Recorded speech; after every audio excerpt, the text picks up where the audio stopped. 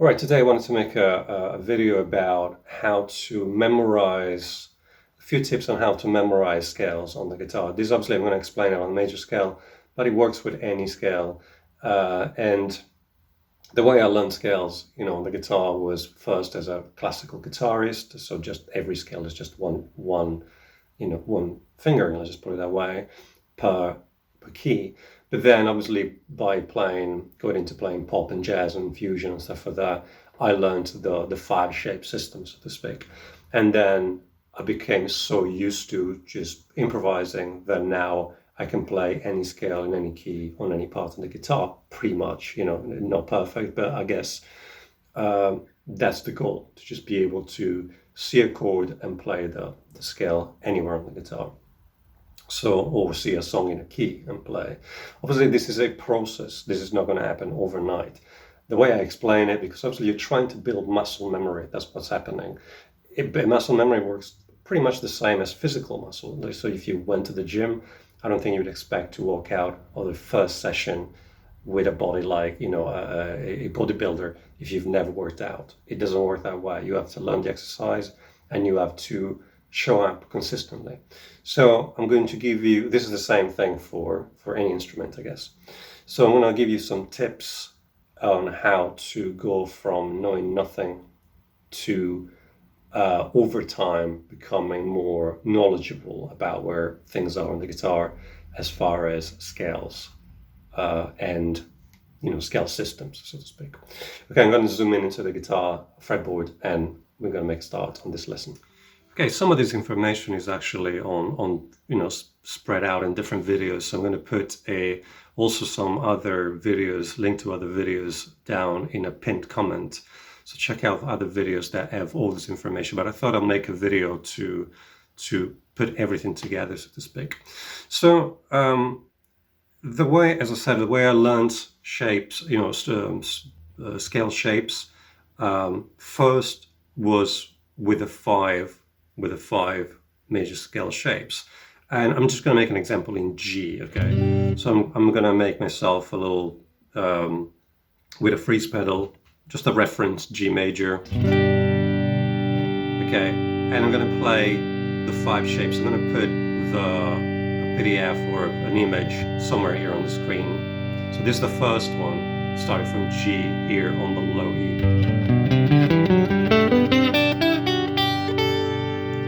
Then, if I'm starting from the second note, this is the second shape.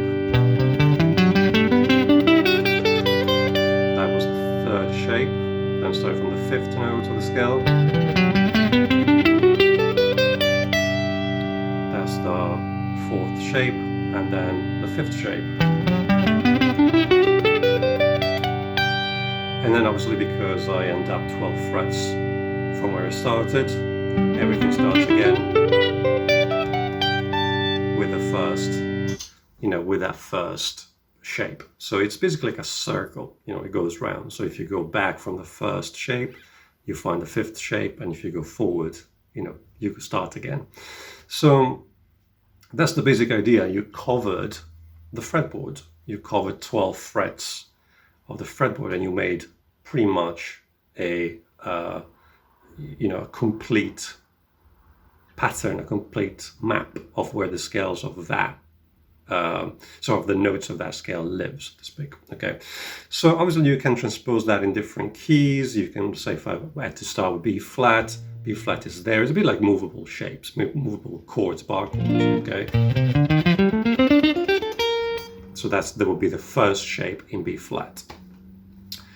Let's go back to G. Let's go back to the key of G. So the first thing I did when I learned to play is to zigzag.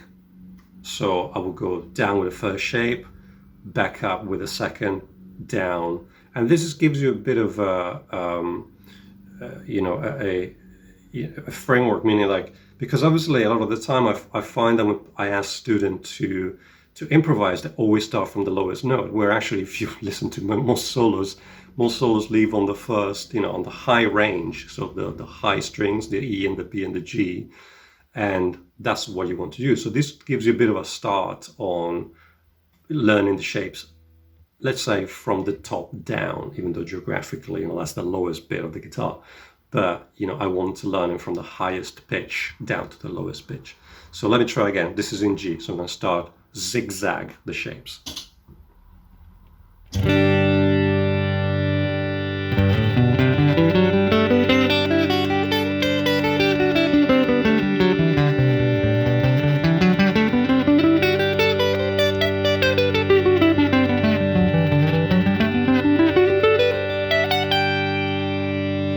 Okay, so the next, obviously, I can start from the highest note of the first shape and zigzag the opposite way. So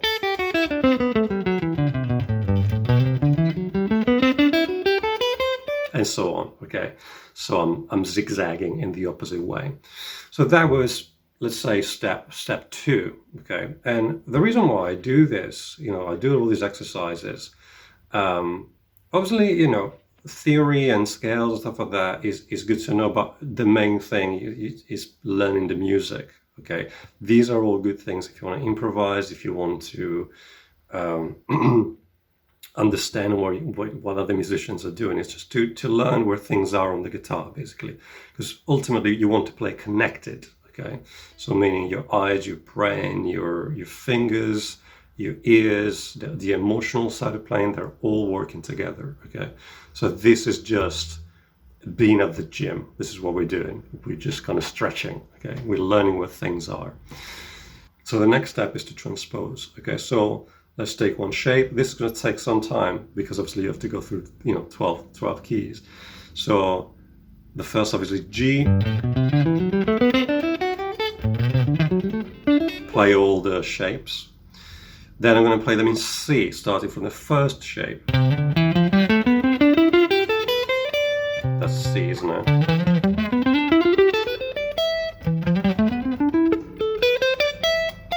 And so on. Then I'm going to play in F. I'm going to go through the circle of fifths.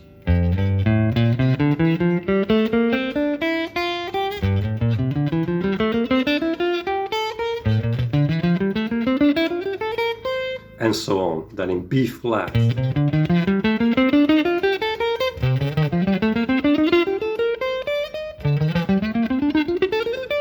Oh, okay. So then E flat, A flat, D flat, G flat, sorry, B, E, A, D, G, and I'm back to C. Okay, so actually I started from G, so that was where I should have stopped. So you're going through the circle of fifth or fourths, depending on which way you're looking at, but that's the next step: transpose and practice the connection of the 5 shapes through transposing. Okay. The next step is to learn them from the lowest to the highest note. And here, obviously, this is where things become detached from the shapes. You now started to make up your own idea of your shape. Let me just make an example. So obviously the lowest note on the guitar is an E, and that is the 6th note of G. So now you need to start engaging your brain. Okay, so I'm going to play G major from that E to wherever the highest note, I'm guessing it will be probably a C up there. So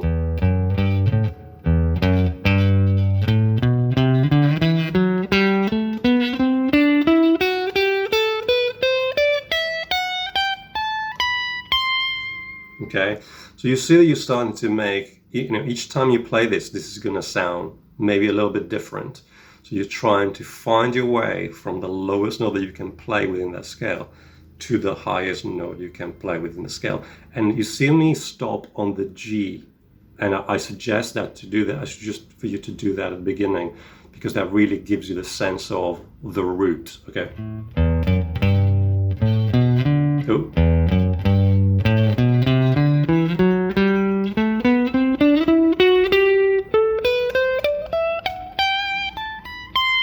and then so on. Okay, let's do it in B flat. Okay, so obviously you would be transposing through the same, you know, G, C, F, B flat, E flat, A flat, D flat, G flat, B, E, A, D, and then you go back to G. Okay, so let's try one with sharps. Let's try A.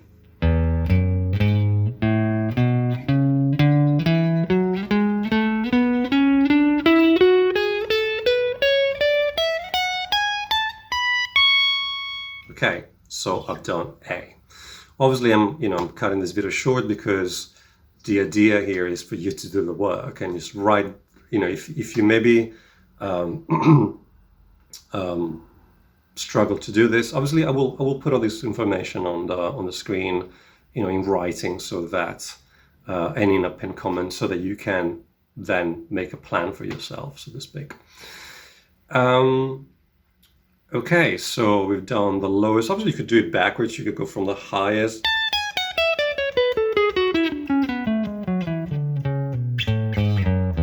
You can go also from the highest to the lowest, and that was A as well, the key of A. It's all good. So this is where you're going to start to use your ears, your brain, your fingers, your eyes, everything all together to create a fingering on the spot. Okay, and this really will give you an idea where things are a bit more in an improvised way, so to speak. Okay, so the opposite of that is mini positions, which means I'm just going to play one octave starting from any of the notes, any of the roots. Okay, and obviously to do that you need to have a bit more of a knowledge of how scales are built. In this case, the major scale is whole step, half step, whole step, whole step, whole step, half step. So if I start from A, that's a mini position. That's what I call a mini position. Okay, so whole step, half step, whole step, half step. Okay, if I wanted to play that in another A on the A string, A on the D string, A on the G string, A on the B string. Obviously you have to go up, and then you can probably start coming back down.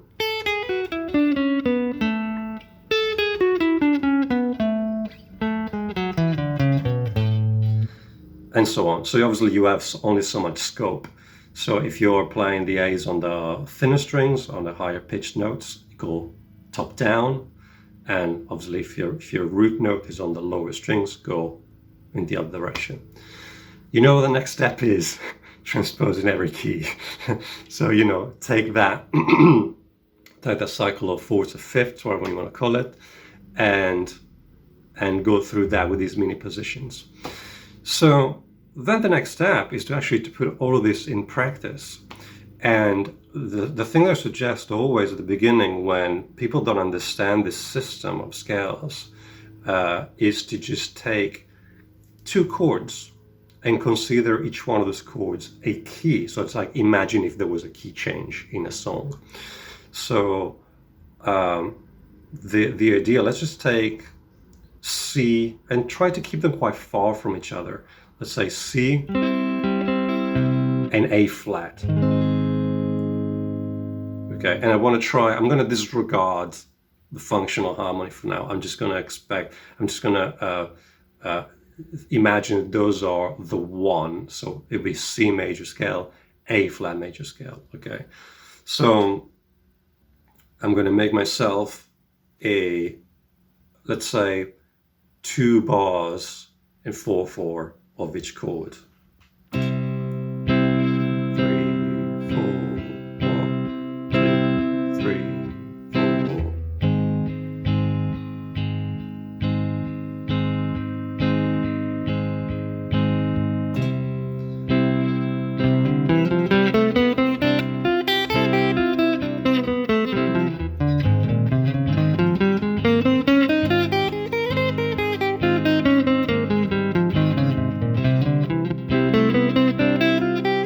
Okay, so that's the idea. Obviously, you might want to start from, if this is the first time you do it, you might want to start with the first shape on both. Okay, so, oops, sorry.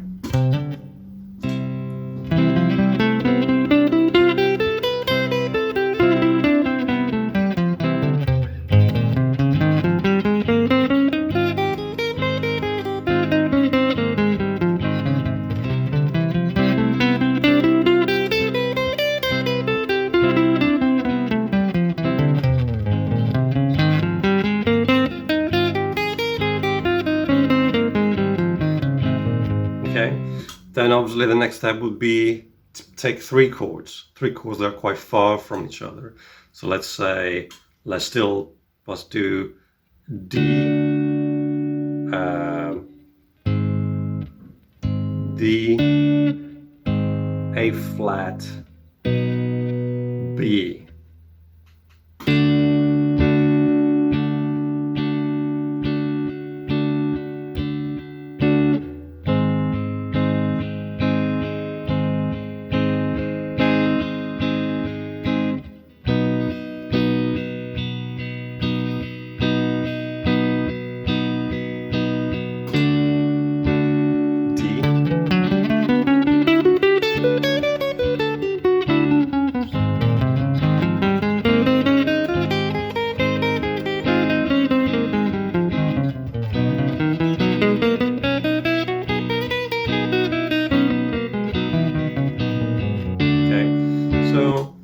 So again, at this point, you want to try and find shapes that are close to each other rather than, jump because you only know the first shape that starts from the low E. So that can give you two tips about that. The first one is to use the mini positions that we learned earlier on. So let me just use those. The first one would be D. The next one would be A flat. And then B. Let's do that.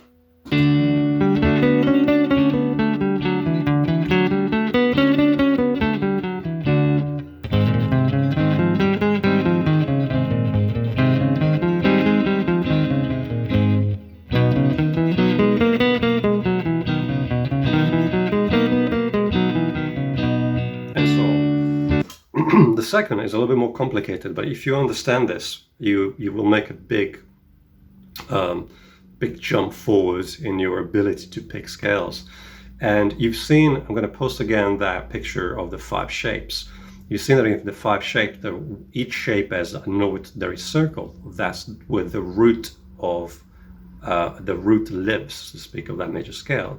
So, and if you've seen one of my videos on the caged system, you've seen that each one of the shapes corresponds to a chord. Okay, so a chord shape of the caged system. So the idea here is to find the shape that has the root note on the string where the note that you are starting from lives. So let's say there will be 2 shapes that have the root note on the low E. One is the first shape, and one is the last shape, the 5th. Okay, then that would have been A major, and the corresponding chord, if you understand obviously the cage system, the first one is the E bar chord and the other one is the G bar chord. Okay, but the important thing is that the root lives in the 6th string. Let's just take an example of the root on the A string. The 2 chords from the cage system are the A bar chord shape and the C bar chord shape. So the one that corresponds to the A bar chord shape and obviously has the root there on the A string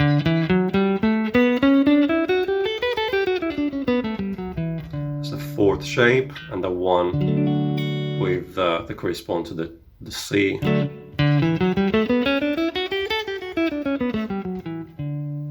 is that on that. So and you can even disregard the chord shape. Is where the root lives, really, So if I need C major with the root, sorry, D major, with the root on the A string. I can use this third shape, oh,